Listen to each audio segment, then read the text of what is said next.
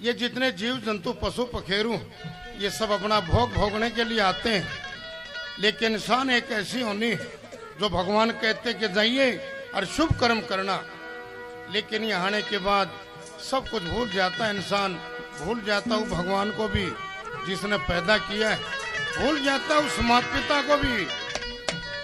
जिसने जन्म दिया है, क्योंकि इंसान की कोई जात जमात नहीं रहती। भूल जाते हैं करे हुए वो क्या के मानव शुभ कर्म कर्म करेगा फल मिल जा, आज नहीं तो कल मिल जा। ये मानव शुभ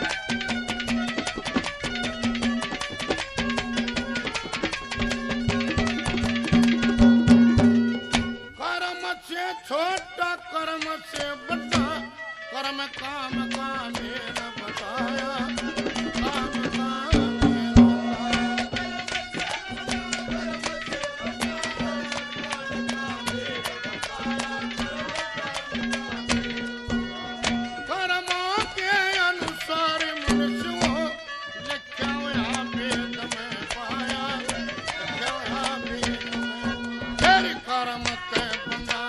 नीच हमारा कर्म से बंदा नीच सन कर्म ते बुद्धि बल आज नहीं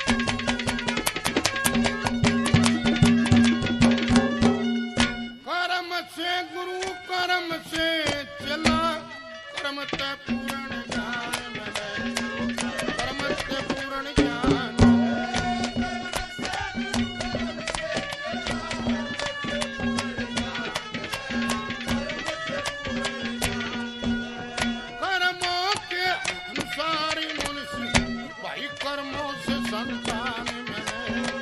कर्मों से संतान लक्ष्मी चंद भगवान लक्ष्मी